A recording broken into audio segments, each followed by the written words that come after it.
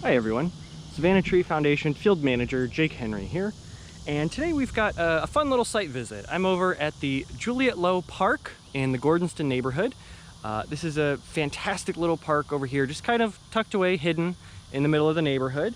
And today I want to talk a little bit about, how we think of forests and the different levels of a forest. So when I was at Whitmarsh Preserve, we talked a little bit about that.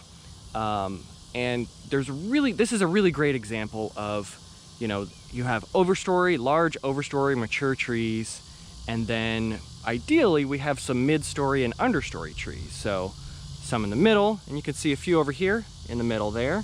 We've got some nice large mature pines and some oaks, but there's not a whole lot here in the understory.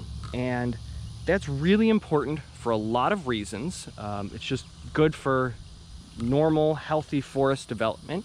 And again, it's a park, normally not thought of as a forest, but it is an urban forest. It can be treated just like a forest.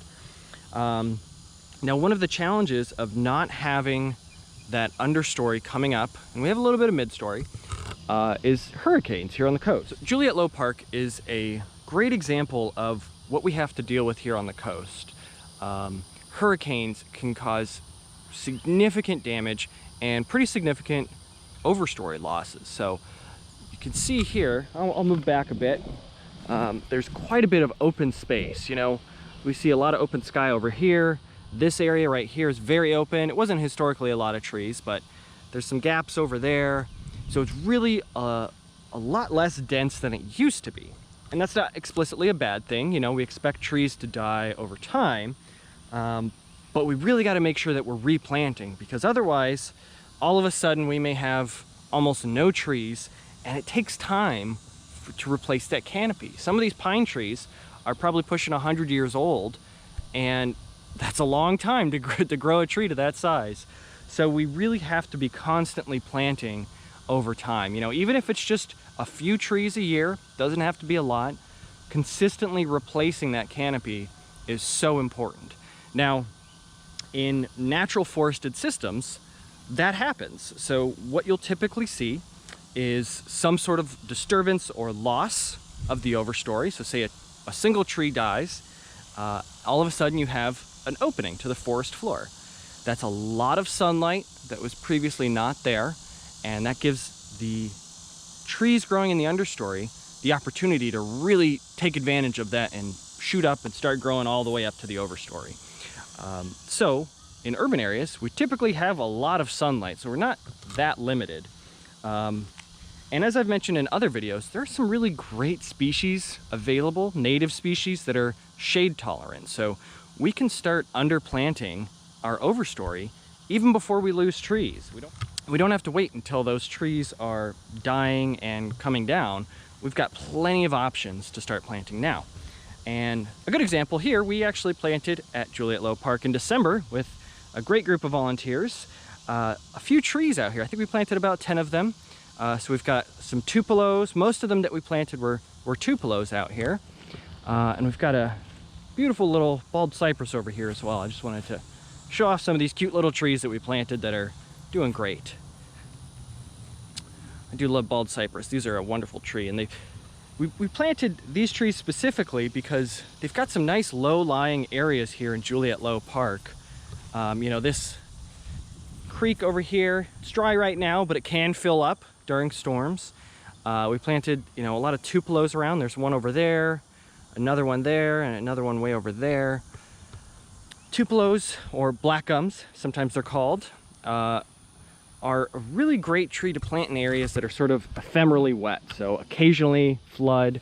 They don't mind having some water near them, and they'll really take advantage of it. So a good tree to underplant with. Now, as we walk through the park here, I'm just going to point out some of the common species that we find. We've got some southern magnolias, we've got live oaks, we've got some laurel oaks, sweet gum, the very controversial sweet gum. We've got some water oaks, some pines, a lot of our common forest species, so there's nothing explicitly wrong with a lot of these trees. We always say right tree, right place. Here's one that I'm looking at right now that is a great example of that. So this is our water oak, or Quercus nigra. So this has almost little club-shaped leaves. It's a great way to identify them. They get a really bad rap in urban forests because they are not really strong trees.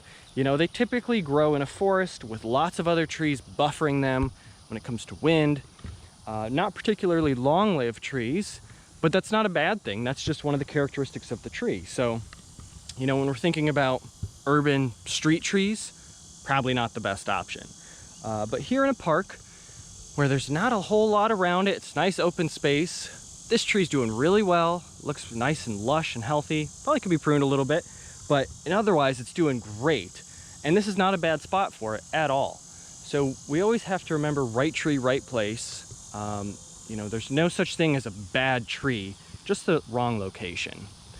And the same thing goes for pine trees. You know, we've got some really incredible pines here in Juliette Low Park, and they sort of get a bad rap in urban environments too. You know, we don't mind pines if they're grown in a cluster like this. Like, that's great. You can see, you know, that tree is buffered a little bit by that tree, and that one's buffered by that one. So they kind of rely on each other for that strength, and they share that wind load. So during a storm, it's not as stressful as if you had a singular pine tree growing up all by itself. So pines are not a bad thing to replant with. We like those. They're a native tree. It certainly helps with our tree species diversity here. Oh, we've got another water oak here. This is a good sized one. Actually has some pretty nice form. It's growing pretty much straight up. Beautiful tree. And we'll take a walk over to this other side over here. But you can see we really have some large, beautiful trees out here. But again, trees are living organisms. They're gonna die eventually, so we always have to think about replanting and constantly replenishing our urban forest. Because we don't want to wait until it's, you know, all of a sudden all bare and we have to plant lots and lots of trees all at once. Slowly replanting over time is a great way to ensure that our forests are healthy and resilient for the future. And we'll just finish up over on this side. There's some fun species over here. I see a nice little eastern red cedar. And one of the great things about planting different tree species, so eastern red cedar is a great example, many trees grow at different rates. So even if you plant a lot of trees at the same time, if you've got good diversity, some trees will grow up really quickly, say like a pine tree, if you give it lots of sunlight. And then our eastern red cedar here, Juniperus virginiana, will grow quite a bit slower. So you can get those natural, you know, understory, mid-story, overstory, just by planting different types of tree species. There are a lot of really great strategies for reforestation, and utilizing all of those can really help make a nice, diverse, strong forest. Oh, and here's one of the last little tupelos that we planted back in December. Doing great. And this is another one of those areas that can flood occasionally. So this is a great spot for this tree.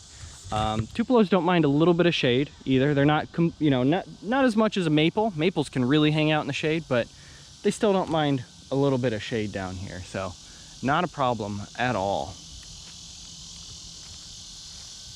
And you can see over here, this is a great example of really what we'd like to start seeing more of. You know, you've got maybe a dense overstory, but there's still some things coming up underneath. Now, they may not be desirable. I see some, here we've got some pines, we've got some water oaks right here, we've got some sweet gums. These are the things that are gonna regenerate naturally on a site like this. And that's okay, not explicitly a bad thing. Again, they're native species. As long as it's the right place, it's not a bad thing. But we can replant with lots of other fun, diverse species as well to help increase the resilience of this forest. I think that's a good place to end. Really just a beautiful site, and thank you to the Gordonston neighborhood for letting us come out and take a video of the park today. All right, thank you all so much for watching, and stay tuned for more videos. Take care.